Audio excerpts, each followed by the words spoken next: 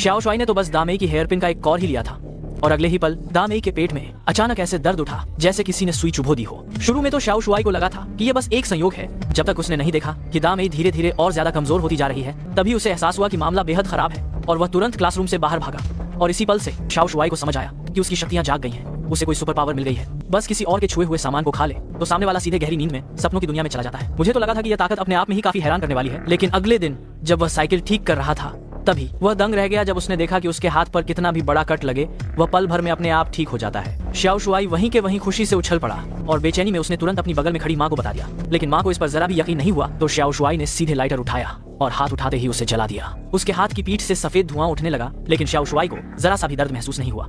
School छूटने पर school का गुंडा अचानक शाओ शुआई के रास्ते में आकर खड़ा हो गया और चिढ़कर उससे पूछने लगा कि उसकी गॉडेस को छूने की हिम्मत उसने कैसे की। कहते ही उसने सीधे एक मुक्का जड़ दिया, लेकिन स्कूल का गुंडा यह कभी सोच भी नहीं सकता था कि उल्टा वही दर्द से दोहरा होकर झुक जाएगा। उसे लगा कि अभी अभी जो हुआ वह बस उसका भ्रम था और उसने फिर से मुट्ठी घुमाकर वार कर दिया। नतीजा यह हुआ कि सारी चोटें उसी पर वापस पड़ी।